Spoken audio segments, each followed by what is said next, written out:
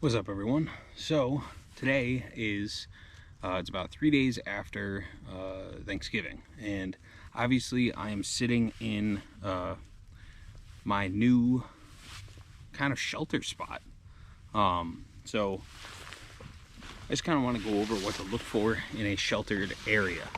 So obviously, I'm just gonna go through this. So off to my left, I have about a 12-foot tall rock. This will be perfect as like a wind stop, something to build my shelter up against so that I have a nice area. Sorry, that's probably a bad angle of me. A nice area to prevent wind, have a shelter build up against. It'll be a nice fire reflector to kind of go back into my shelter.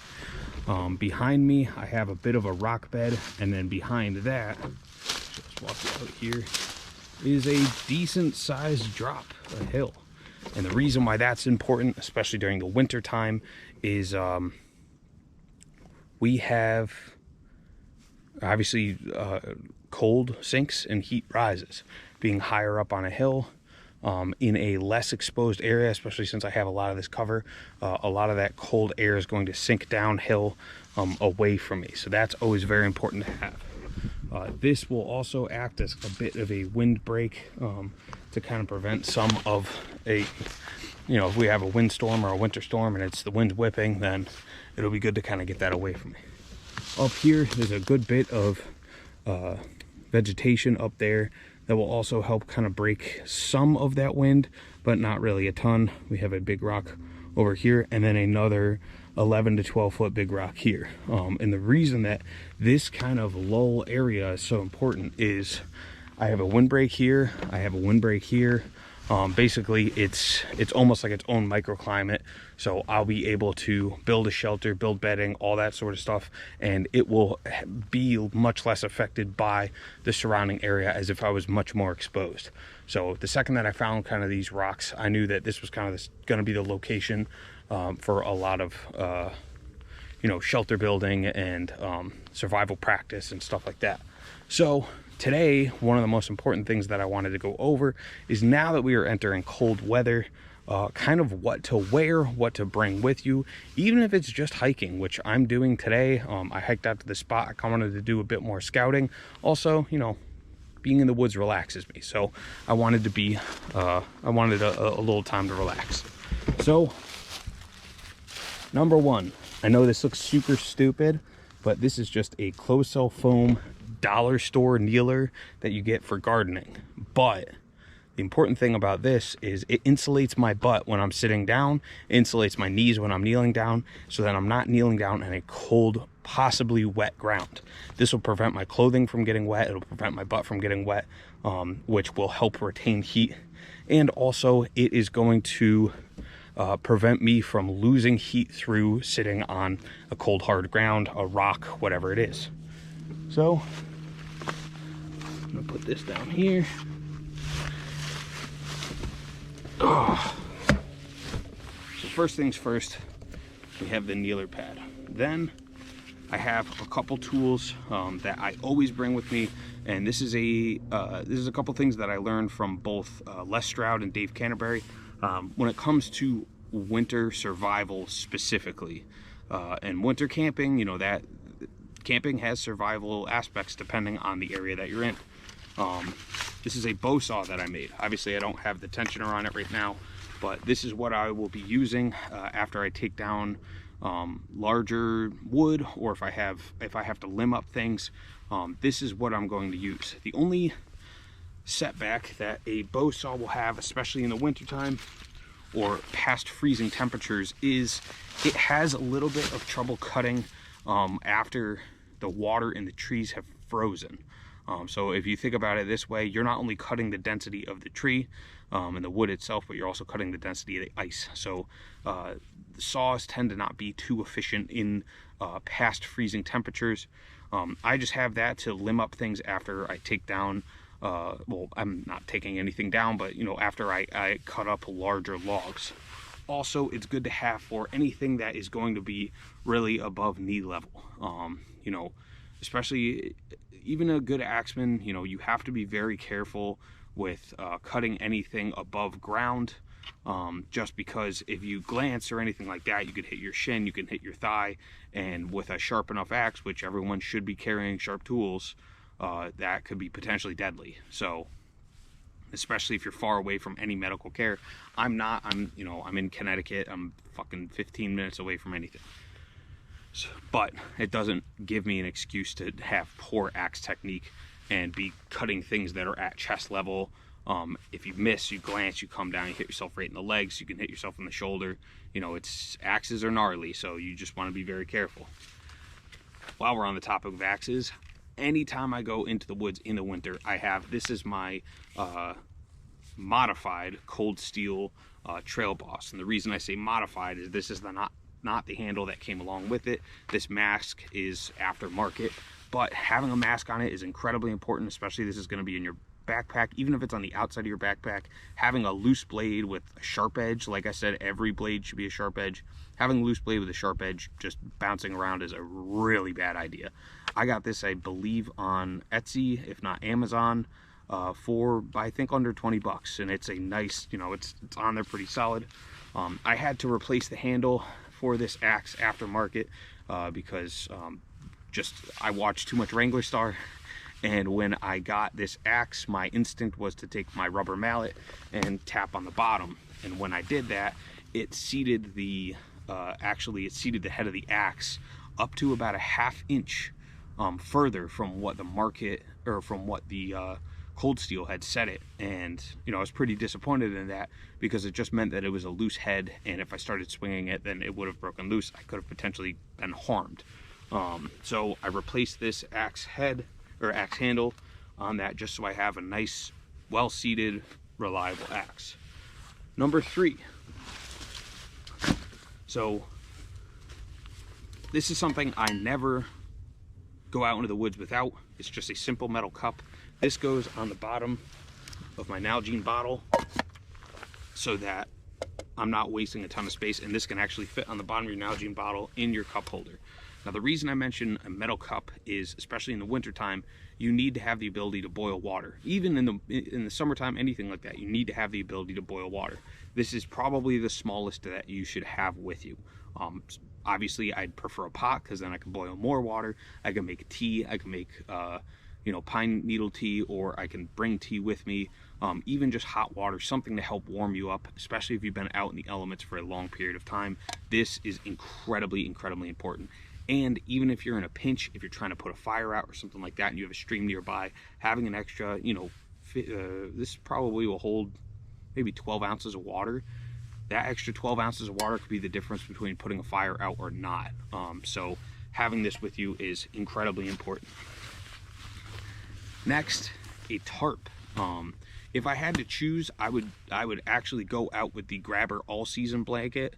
That's basically a tarp with Mylar on the bottom of it, especially in winter conditions. That Mylar will help actually keep a lot of your body heat onto you, as opposed to just a nylon tarp like this. But this will, in a pinch, keep you out of the elements, and this will allow you to survive. I've just used this as a taco shelter. I've covered that in one of my previous videos, where basically you lay the tarp down, you put your sleeping pad and sleeping bag on it, and then you pull it over the top of yourself to protect yourself from bad elements. And if you are really in a tough situation, that's if you're on the border of hypothermia. But having a tarp like this, you could set up a shelter. You could sit on it just to keep your butt off the ground if you don't have a sit pad, but sit pad's literally $1, so I got this at a dollar store. But having this with you, it's basically a ready-made shelter. You don't have to build a shelter if you have this, but building a shelter will likely provide you a little bit more insulation, but this will be sure-proof waterproofing, this will keep you out of the elements, and it'll allow you to basically, this is survival in a little bag. Obviously, I have my bow saw. This is just a Baco Laplander. It's just a quick folding saw. Now, the reason I'm not using this is because it's very short. This is fantastic for limbing stuff up, but I've gotten greedy with it. As you can tell, the paint has chipped on the sides here, and that is from me pulling too far back on a branch and trying to push through, and the blade will bind, and then it's gotten bent. I've been able to somewhat bend it back over the years, but it's not fully back to completely straight. So I'll likely be in the market for a new Baco Laplander because this has been fantastic, or possibly a Silky saw if I'm looking to try new brands. But I've really liked this saw, so I brought this with me. It weighs nearly nothing, and it's incredibly helpful. Now, I know it seems super obvious. I always preach to have the big 48-ounce water bottles because that's what I prefer. I know some people prefer to carry multiple 32 ounces as opposed to, you know, 3 32 ounces as opposed to 2 48s. One to each their own. That's good if you have, if you're hiking in a group or anything like that. You can have community water, so that's one Nalgene dedicated to that. But for me, hydration is, I mean, it's the most important thing anytime because you really can't go very long without drinking water. But I heard the statistics from Dave Canterbury, and it really rang true to me. 70% of people that go into the woods already dehydrated, which is incredibly ridiculous. Hydration is one of the most important things to your survival in general. So venturing out into the woods already dehydrated is basically you're setting yourself up for failure. So I always make sure I drink at least one of these before I venture out into the woods, and I have 2 of these with me now. That's plenty of water to sustain me throughout a day of survival. Drinking my normal amount as if I, you know, had a tap to fill fluid. So that would be 2 of these is 3 liters of water. That would be enough to sustain me for a day, and that'll give me a lot more time to find a source of water that I could boil, I could treat it, and then I can have more water if I was in a survival situation. But going into the woods already dehydrated is not acceptable. It's really stupid, and in all honesty, I did it a ton of times when I was in Scouts, but I was a dumb kid, so I didn't really, I knew better, I just didn't do what I was supposed to. And so I definitely suffered for it a few times. So now I religiously drink one of these before I go out into the woods, and then always make sure that I have at least 2 to 3 liters of water with me. As always, I have my my Mora knife. This thing comes with me if I'm going for a 15-minute hike, if I'm going for a 3-day adventure. It doesn't matter. This is going to come with me. Just a simple spork. I have this with me just in case I'm going to eat anything. I have a fire steel as a redundancy in case I need to start a fire. My first aid kit, always, this is just a super basic medical kit from Adventure Medical Kits. This is their ultralight version, and this really is just for one person. It holds gauze and really emergency stuff. And then this is going to seem a little obscure to some people, but just a simple trowel. I can't tell you how many times I've been caught in the woods where you got to do the do, and you got to dig a cat hole, and especially in the winter time when the ground's mostly frozen, it's pretty hard to do that with a trowel, never mind doing that with your hands. And it's really not a good practice to just, you know, for lack of better terms, poop on the ground, because animals will eat it, and then they'll kind of, if I remember correctly, they'll basically, like, it messes with the natural environment. So I just tend to bring this. I poop in the cat hole, you know, do the do, clean myself up, and then bury it. That's also good if you need to build a fire, and you need to bury rocks to put under the fire or anything like that. Then I have just a simple Zippo lighter. This is, you know, obviously the, what's it called? The fire steel is my redundancy for that lighter. That lighter takes fluid, that fluid runs out. So that's, you know, obviously for the easy way to make fire, but if that runs out, then I have something as a backup. Obviously my flashlight, this is just a simple Streamlight Stylus Pro. And then the last thing I have, if I could find it, I have a compass, like a 10 Essentials, never go into the woods without that. I have just some simple like food, a couple granola bars and a couple Propel things just in case I get dehydrated out in the woods. And then this one's actually interesting. This is a telescoping straw, and I use this to actually help encourage fires when I'm making them. So as you get the tinder lit and as you're trying to get the kindling lit, blowing on the fire, obviously getting real low, it's not that concentrated, and most of the time your breath is getting wasted. So having a long straw like this, one, you're not burning your eyebrows off like I have done several times, but you can keep a distance and you can blow a very concentrated air towards a fire. So this is almost like a mini bellows, which is really cool. I like having this with me. Weighs next to nothing. It's like the size of a pen.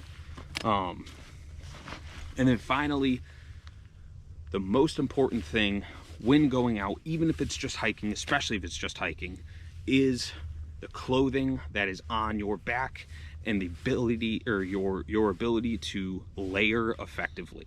So obviously I'm dressed. I have a rain jacket on, I have a fleece on, I have a shirt on, and then under that I have another shirt. The first one's long sleeve, the second one is short sleeve. None of what I'm wearing is cotton, and the reason I mention that specifically is we always used to use this saying in Scouts called cotton is rotten. And the reason they say that is when cotton gets wet, it doesn't retain heat. You just get cold with it on. Whereas if you're wearing wool, if it gets wet, it still retains heat. It's not nearly as comfortable, you're more prone to blisters, but you're also able to stay warm even if you're wet with wool on. Obviously you want to get that off, you want to get that as dry as possible before you put it back on, but at the same time, wool will keep you, you know, that's why they use it for scuba divers when they're wearing their dry suits and stuff like that. On top of that, I have, let me back you guys up a little bit. I have these are just Ems Pants. They're made of, I believe it's a nylon or a polyester. They have a couple extra pockets in them. I know they're goofy. I'm wearing cargo pockets, but especially when you're hiking out in the woods, it's really important to have these. And then one thing that's also, you know, it's a cork, and when I was in Scouts, people always made fun of us, but it's helpful, is under these I have long johns on. Very light, stretchy, like legging style long johns, just to keep that little extra chill off my legs. And then these are zippers, and if I start getting a little too hot with the long johns on, then I will unzip these zippers and let it vent a little bit better. Also on my rain jacket, on my rain jacket I have pit zips so that I can help vent my armpits a little bit better. And the reason I'm mentioning all that is because if you sweat, especially in a survival situation, especially in a winter situation, you are going to get cold. And especially if you have cotton on, you're going to get really cold because you're wet.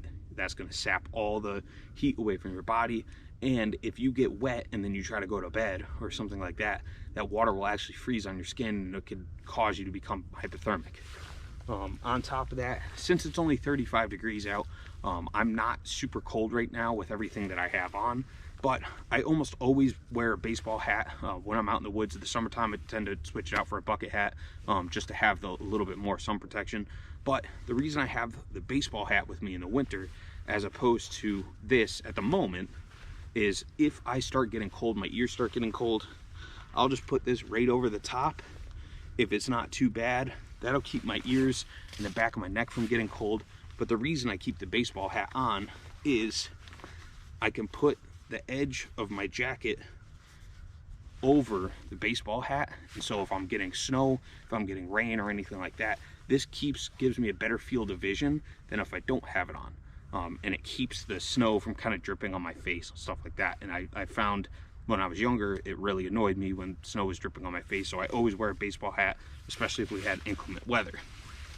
Now, like I said, for now, it's still fairly warm out, so these are just glove liners.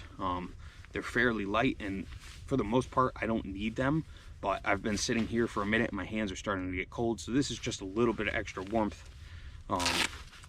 Just putting my cuffs over the edge of them to hold some of that warmth in. And in reality, I'm nice and warm right now. I don't feel an inch of cold, so making sure all your zipper pockets is close as well. So those are what I'm venturing out into the woods with, especially in these somewhat colder temperatures. As it gets even further colder and even closer to 0 degrees Fahrenheit, then I'm going to start bringing more layers, more down, just to help insulate me a little bit better.